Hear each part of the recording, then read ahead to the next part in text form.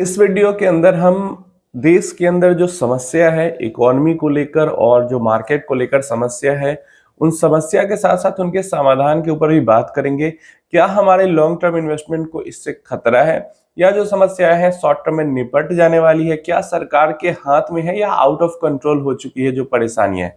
सारी चीजों को इस वीडियो के अंदर हम डिस्कस करेंगे। टाइम वेस्ट नहीं करेंगे। सबसे पहली समस्या जो हमारे यहाँ पे है, जो कि स्टार्ट हो चुकी है एक दो दिन पहले से, वो है पेट्रोल प्राइस हाइक का। तो यहाँ पे अगर हम देखें, जब से वॉर स्टार्ट हुई है ईरान और अमेरिका के बीच में, कई सारी कंट्री जैसे म्यांमार के अंदर में पेट्रोल की जो प्राइसेस है वो 90% से बढ़ चुकी है। मलेशिया, पाकिस्तान, यूएई जैसी कंट्रीज के अंदर 50% से बढ़ चुकी है। यूएस के अंदर भी प्राइसेस 45% से बढ़ चुकी है। साउथ अफ्रीका, कनाडा में 30% से बढ़ चुकी है। चाइना, यूके के अंदर 20% से प्राइसेस बढ़ चुकी हैं। एंड जापान, इंडोनेशिया, ब्राजील के अंदर 5 से 10% बढ़ी है। और भारत के अंदर जो रिसेंट बढ़ाई गई है वो 3.2% से पेट्रोल की प्राइस बढ़ी है। 2022 में जब वॉर हो रहा था उस टाइम पे प्राइसेस के अंदर फ्लक्चुएशन हुआ था, उसके बाद सीधा 2026 में ये फ्लक्चुएशन हमें देखने को मिला है। तो पेट्रोल डीजल के प्राइस का बढ़ना एक समस्या है एंड ये तो डायरेक्टली लिंक्ड है, डायरेक्टली रिलेटेड है वॉर से। और पेट्रोल डीजल की जो प्राइसेस है या फिर सीएनजी की, एलपीजी की, इन सब की जो प्राइसेस बढ़ रही हैं वो यहीं तक सीमित नहीं रहने वाली है। अगर प्राइसेस इसी तरीके से एलिवेटेड रहते हैं ग्लोबल मार्केट के अंदर, तो प्राइसेस फ्यूचर में और ज्यादा बढ़ेंगी। मतलब 25 से 30 रुपए का प्राइस इंक्रीज तो अभी ही आपको मान के चलना चाहिए, आने वाले कुछ हफ्तों के अंदर या कुछ महीनों के अंदर हो जाएगा अगर प्राइसेस इसी तरीके से एलिवेटेड रही तो। ये समस्या है। इसका समाधान क्या है? सिंपल समाधान है, वॉर रुकेगा या फिर वॉर रुके ना रुके, सीज फायर तो है ही अभी। स्ट्रेट ऑफ हॉर्मुज जैसे फ्री होता है, ऑयल का फ्लो, गैस का फ्लो नॉर्मल होता है या थोड़ा बेटर भी होता है। फ्लो नॉर्मल होने में तो कई महीने हो सकता है, साल भी लग जाए, लेकिन नॉर्मल भी होता है फ्लो, बेटर होता है फ्लो। वहां पे हमें जो ग्लोबल मार्केट में गैस और तेल के दाम है वो घटते हुए दिखेंगे। तो ये जो प्राइसेस इंक्रीज वाली जो समस्या है वो हमारे ऊपर से थोड़ी सी घटते हुए दिखेंगी। How much hike do oil companies need? देखिए, तेल कंपनियां जो है, जैसे मैंने बताया कि 25 से 30 रुपए का जो हाइक है आने वाले कुछ हफ्ते महीने में हो सकता है। वो मैंने इसलिए कहा कि जो एस्टिमेट्स आ रही हैं हमारे सामने, पर डे बेसिस पे 1000 करोड़ के आसपास सारी तेल कंपनियों को मिला के नुकसान हो रहा है। मतलब महीने का 30 से 40 हजार करोड़ रुपीस का नुकसान। मतलब प्रॉफिट कम नहीं हो रहा, लॉस हो रहा तेल कंपनियों को। और 3 रुपए बढ़ा के इस लॉस को बेयर नहीं किया जा सकता है। इस लॉस को बेयर करने के लिए वही 15-20 रुपए तो मिनिमम बढ़ेंगे, उससे ऊपर जब जाएगा तो उन्हें कुछ प्रॉफिट होगा। अब कई लोग कहते हैं कि पीछे जब तेल कम दाम में मिल रहा था तो ये कंपनियां प्रॉफिट भी कमा रही थी, डेफिनेटली कमा रही थी। और कोविड के टाइम में तो बहुत ज्यादा इन्होंने प्रॉफिट, क्योंकि वहां पे स्टोर भी इन्होंने किया, तेल प्रॉफिट भी कमाया, क्योंकि वहां तो बिल्कुल माइनस में चली गई थी तेल की प्राइसेस। तो देखिए, कोविड के टाइम पे ही सरकार का तेल कंपनियों के साथ ऐसा टर्म कंडीशन था कि अभी आप लोग प्रॉफिट कमाओ, आगे चल के अगर कोई एनर्जी क्राइसिस जैसा सिचुएशन आता है तो आप लोग लॉस भी बेयर करोगे। तो डेफिनेटली तेल कंपनियों ने लॉस बेयर किया, काफी लॉस बेयर किया भाई। 2 महीने में 60-70 हजार करोड़ से ऊपर का लॉस बेयर किया है तेल कंपनियों ने। आगे अभी भी लॉस बेयर कर ही रही है। जब तक प्राइस हाइक जितना चाहिए उतना नहीं हो जाता तब तक वो लॉस झेल रही है। और जब तक सरकार नहीं बढ़ाएगी तब तक लॉस झेलेगी तेल कंपनियां। तो ये चीज है। तो 25-30 रुपए बढ़ाने के बाद जो है कंपनियां प्रॉफिट में आ पाएंगी, नहीं तो 15-20 रुपए तक बढ़ते हैं तो ये नो प्रॉफिट नो लॉस तक पहुंचेंगी कंपनियां। अभी जो तेल की प्राइसेस है, मतलब जो $110 के आसपास तेल की प्राइसेस है, तो अगर प्राइसेस घट जाती है, मतलब कुछ जगह से तो रिपोर्ट आ रही है कि 2027 तक $80 के आसपास आ पाएगा तेल का दाम। तो वही चीज है, जितने महीने तक ये एलिवेटेड रहेगी उतना दिक्कत है। अगर गिर जाती है, अगेन तेल के गिरना टोटली डिपेंड है स्ट्रेट ऑफ हॉर्मुज के ओपन होने पे। नेक्स्ट जो यहाँ पे दिक्कत है वो है, जो परेशानी है वो है होलसेल इन्फ्लेशन का जंप कर जाना बहुत ज्यादा। 2% से ऑलमोस्ट सीधा 8% तक पहुंच जाना। अगेन ये जो बढ़ा है, जो होलसेल इन्फ्लेशन बढ़ा है, जो महंगाई, थोक महंगाई बढ़ी है, वो बढ़ी है तेल के दाम, पेट्रोलियम के जो दाम है, क्रूड ऑयल के दाम है वो बढ़ने के कारण, गैस के दाम बढ़ने के कारण हमने देखा इंडस्ट्रियल गैस का तो बहुत ज्यादा दाम बढ़ गया, जो कमर्शियल गैस है। उसके अलावा जो कमर्शियल इंडस्ट्रियल डीजल है उसका दाम बहुत ज्यादा बढ़ गया था, काफी पहले ही बढ़ गया। तो इन सब कारणों से क्या हुआ कि जो थोक महंगाई है वो बहुत ज्यादा बढ़ गई। ये कैसे कम होगी? सिंपल, सेम चीज यहाँ पे भी देखो, एक ही जो कारण है वो हमारे इकोनॉमी को बहुत ज्यादा प्रभावित कर रहा है। जो क्रूड ऑयल और गैस की प्राइसेस हैं वो नीचे आएंगी तो होलसेल इन्फ्लेशन हमारा नीचे आ जाएगा। ये 2%, 3%, 4% जो चल रहा था वहां पे आ जाएगा, तेल और गैस की प्राइसेस नीचे आएंगी तो लॉन्ग टर्म में इससे परेशानी नहीं है।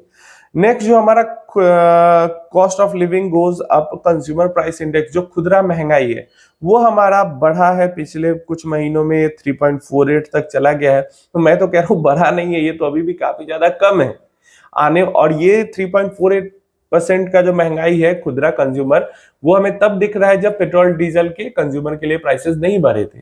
तो ये 3 रुपए से बढ़ गया, आगे अगर और बढ़ता है तो नेक्स्ट मंथ जब सीपीआई का आएगा डेटा तो हमें जो प्राइस, जो परसेंटेज टर्म्स में वैल्यू है सीपीआई की, वो और ज्यादा बढ़ती हुई दिखेगी। तो खुदरा महंगाई भी बढ़ी है, आने वाले महीनों में और ज्यादा बढ़ेगी। रीजन सिंपल है, तेल और गैस के बढ़े हुए दाम। ठीक है, उसी के कारण थोक महंगाई भी बढ़ रही है, खुदरा महंगाई भी बढ़ रही है। और इसको कम करने का वही उपाय है, या तो कैसे भी बाहर के तेल पे, गैस पे डिपेंडेंसी भारत कम करे, इंपोर्ट कम करे, डिपेंडेंसी कम करे, या फिर वॉर रुक के, वॉर सीज फायर जो है वो स्टेबल हो जाए, स्ट्रेट ऑफ हॉर्मुज फ्री हो जाए तो तेल गैस के दाम थोड़े घट जाए। नेक्स्ट आते हैं तो एक दिक्कत है, रुपी बहुत ज्यादा ऑल टाइम होल लो पे लो लगातार हिट किए जा रहा है, 95.93 तक पहुंच चुका है। तो लगभग 96 अब पहुंचने ही वाला है, क्रॉस करने ही वाला है। हो सकता है कल के ट्रेडिंग सेशन में ही 96 क्रॉस कर जाए। रीजन, बहुत सारे रीजन है, तेल के लगातार बढ़ते हुए दाम, सोना का, गोल्ड का बढ़ता हुआ दाम, ये दोनों तो बहुत ज्यादा हिट कर रहे हैं क्योंकि ये दोनों ऑलमोस्ट इंपोर्ट ही पूरा का पूरा हम लोग करते हैं और इसके कारण हमें रुपी को बेचकर डॉलर खरीदना पड़ता है, फिर डॉलर को हम बाहर देकर और तेल और गैस और सोना ये सब मंगाते हैं, तो इसके कारण रुपी पे प्रेशर आ रहा है। इसके अलावा एक तो ये प्रेशर है, तो ये प्रेशर तो जो गोल्ड वाला प्रेशर है वो तो बना ही रहने वाला, क्योंकि गोल्ड की प्राइस उतनी ज्यादा नहीं गिरने वाली। हाँ, क्रूड ऑयल गैस की प्राइसेस गिरेंगी तो थोड़ा सा प्रेशर कम होगा। इसके अलावा रुपी पे प्रेशर हमारा आ रहा है एफआईआईज की साइड से, फॉरेन इन्वेस्टर जो भारत के अंदर लगातार तेज बिकवाली कर रहे हैं उसके कारण से भी आ रहा है।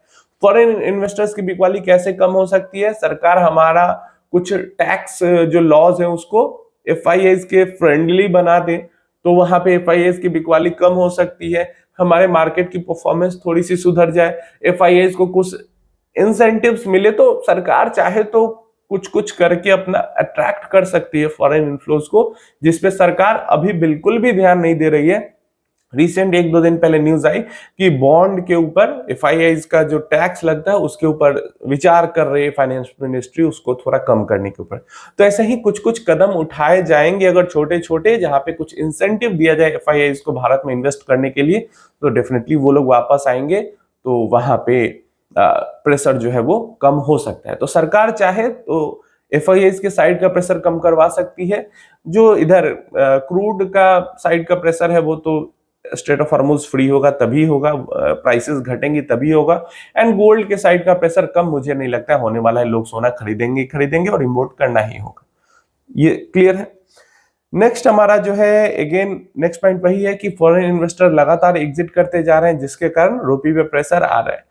तो एफआईआईज को भाई लुभाना सरकार का काम है, कुछ इंसेंटिव दे, मार्केट की परफॉर्मेंस सुधरे, और ये लूप की तरह, एक साइकिल की तरह काम कर रहा है। जितना पैसा गिर रहा है उतना एफआईआईज बेच रहे हैं, जितना एफआईआईज बेच रहे हैं उतना पैसा गिर रहा है। तो सरकार अगर कदम उठाए तो इस चीज को कम कर सकती है, रोक तो नहीं सकती, कम जरूर कर सकती है।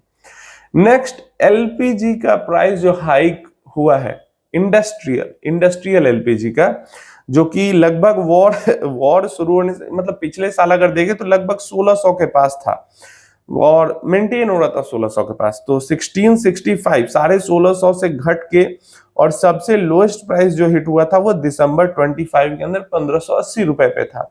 जो कि दिसंबर 25 से बढ़ते बढ़ते बढ़ते अभी के टाइम पे प्रेजेंटली 3100 रुपए के पास आ चुका है, 3100 रुपीज। कंज्यूमर्स पे लोड ना बढ़ा के इंडस्ट्री पे लोड ज्यादा बढ़ाया गया, इसीलिए इंडस्ट्रियल डीजल को भी महंगा किया एंड इंडस्ट्रियल एलपीजी को भी महंगा किया गया।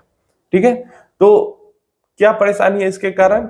जो इंडस्ट्री के अंदर वही जो खुद थोक महंगाई है, जो होलसेल महंगाई है वो बढ़ी है, उसका रीजन ये भी है। और ये कम कैसे होगा? कम होगा डेफिनेटली, इतना हाई लेवल पे नहीं रहेगा, कम होगा, लेकिन वही जब तेल और गैस के दाम ग्लोबल मार्केट में कम होंगे। और वो कब होंगे? अगेन स्ट्रेट ऑफ हॉर्मुज के फ्री होने के बाद ही वो कम होंगे। इसके बाद अगर आते हैं तो हमारे मार्केट्स के अंदर, जो हमारा मार्केट फेब के अंदर में सेंसेक्स हमारा 81,000 को क्रॉस कर चुका था और रिकवरी मोड में आ चुका था, है ना। फेब 2026 में रिकवरी मोड में आ चुका था। उसके बाद से जैसे वॉर स्टार्ट हुई है, मार्केट लगातार गिर ही रहा है लगातार, और अप डाउन देखने को मिल रहा है। अभी भी हमारा मार्केट जो है वो फेब के हाइस के ऊपर नहीं जा पाया, उसके आसपास भी नहीं जा पाए। तो रीजन क्या है? अगेन वॉर ही रीजन है। फेब में चीजें सुधरने लगी थी, मार्केट भी ऊपर जा रहा था। फेब में फॉरेन इन्वेस्टर्स ने काफी अच्छी बाइंग भी की थी। वो तो लास्ट में 2 दिन वॉर शुरू होने के कारण हैवी सेलिंग हो गई, जिस कारण पूरा फेब मंथ निगेटिव में चला गया। नहीं तो फेब में अच्छा खासा पॉजिटिव बाइंग एफआईज का हुआ था। तो अगेन वही चीज है, वॉर ने इस चीज मार्केट को भी परेशान करके रखा है, और मार्केट परेशान है तो अगेन रिटर्न नहीं बन रहा तो एफआईआईज भी भाग रहे हैं। तो सारी चीजें जो है वो एक दूसरे से यहाँ पे लिंक्ड है। इससे थोड़ा सा आगे आते हैं तो अलग अलग जो एजेंसीज हैं, जैसे मूडीज हो गया, ओईसीडी हो गया, इकोनॉमिक सर्वे हो गया, मॉर्गन स्टैनली हो गया, ये सब। तो मॉर्गन स्टैनली ने तो थोड़ा सा यहाँ पे इंक्रीज किया है 50 बीपीएस से, नहीं तो बाकी जो ज्यादातर ग्लोबल डोमेस्टिक जो एजेंसीज हैं वो भारत के जीडीपी ग्रोथ को घटा रही है। उसके परसेंट, कोई 1% से घटा रहा है, कोई आधा % से घटा रहा है। तो ज्यादातर जगह पे हमें जो ग्रोथ प्रोजेक्शन है वो कम होती हुई दिख रही है। डेफिनेटली दिखेगी, महंगाई बढ़ रही है ना, खुदरा थोक सारी महंगाई बढ़ रही है, रुपये गिर रहा है, तो ग्रोथ तो गिरेगा ही गिरेगा। और तो इसको लेकर कोई चिंता वाली बात नहीं है। लेकिन समस्या ये भी कहां से निकल के आ रही है? तो अभी हमारे लिए जितनी भी सारी समस्याएं हैं वो सिंपल सॉल्यूशन उसका हो सकता है अगर हम जो स्ट्रेट ऑफ हॉर्मुज है वो फ्री हो जाए, तेल गैस के दाम गिर जाए। डेफिनेटली जो ये एनर्जी क्राइसिस है, एनर्जी क्राइसिस नहीं, सारी तरीके की समस्या यहाँ पे उत्पन्न की हुई है। और यहाँ पे ये जो समस्या है वो छोटी नहीं है, और हो सकता है कुछ क्वार्टर्स नहीं, कई क्वार्टर्स लग जाए इन समस्या को पूरी तरीके से खत्म होने में। डेफिनेटली रिलीफ रैली जरूर आएगी हॉर्मुज ओपन होने का खबर आता है तो, लेकिन कई क्वार्टर्स लगेंगे इन समस्याओं को पूरी तरीके से खत्म होने में। अभी आपने अगर नीदरलैंड के अंदर मोदी जी का स्पीच सुना होगा तो उन्होंने कहा है कि ये जो डेकेड है वो पूरा का पूरा, पहले कोविड आया, उसके बाद वॉर शुरू हो गए, अब एनर्जी क्राइसिस हो रहा है। तो पिछले 5-6 साल में बड़ी बड़ी क्राइसिस दुनिया ने देख ली है, और इसी तरीके की क्राइसिस चलती रही, इनको संभाला नहीं गया तो पिछले मतलब कई दशकों में जो गरीबी को दुनिया से कम किया गया है वो सारी चीजों पे पानी फिर जाएगा, वापस से गरीबी लौट आएगी। तो मतलब बाहर के देश में भी जाके मोदी जी ऐसी बातें कर रहे हैं, अंदर भी भाषण हुआ तो उसमें भी ऐसी बातें कर रहे हैं। तो डेफिनेटली जो परेशानी है वो रियल है, क्राइसिस है वो रियल है। और एक पॉइंट जो है स्ट्रेट ऑफ हॉर्मुज का चोक होना, लॉक होना, वो ज्यादातर मतलब 90% परेशानियां वहीं से खड़ी हो रही। कुछ हमारी परेशानियां भी हैं, जो एफआईआईज की सेलिंग है उसके लिए पीछे सरकार के भी कुछ गलत कदम सरकार ने उठाए वो है, लेकिन ज्यादातर जो परेशानियां है वो तेल गैस के दाम बढ़ने से हो रही है, और इनके दाम कम होने से परेशानियां दूर हो सकती है। अब समझना हमें यह है एज ए इन्वेस्टर, क्या लॉन्ग टर्म तक तेल और गैस के दाम ऐसे बढ़े हुए रह सकते? नहीं रह सकते, क्योंकि ऐसे बढ़े हुए तेल गैस के दाम पूरी दुनिया ही बर्दाश्त नहीं कर पाएगी, भारत की क्या बात करें। तो ऐसे में कुछ ना कुछ सॉल्यूशन निकलेगा, फ्री होगा, जैसे हो जो भी वहां पे करना पड़े फ्री तो डेफिनेटली कंट्रीज करवाएंगे स्ट्रेट ऑफ हॉर्मुज को।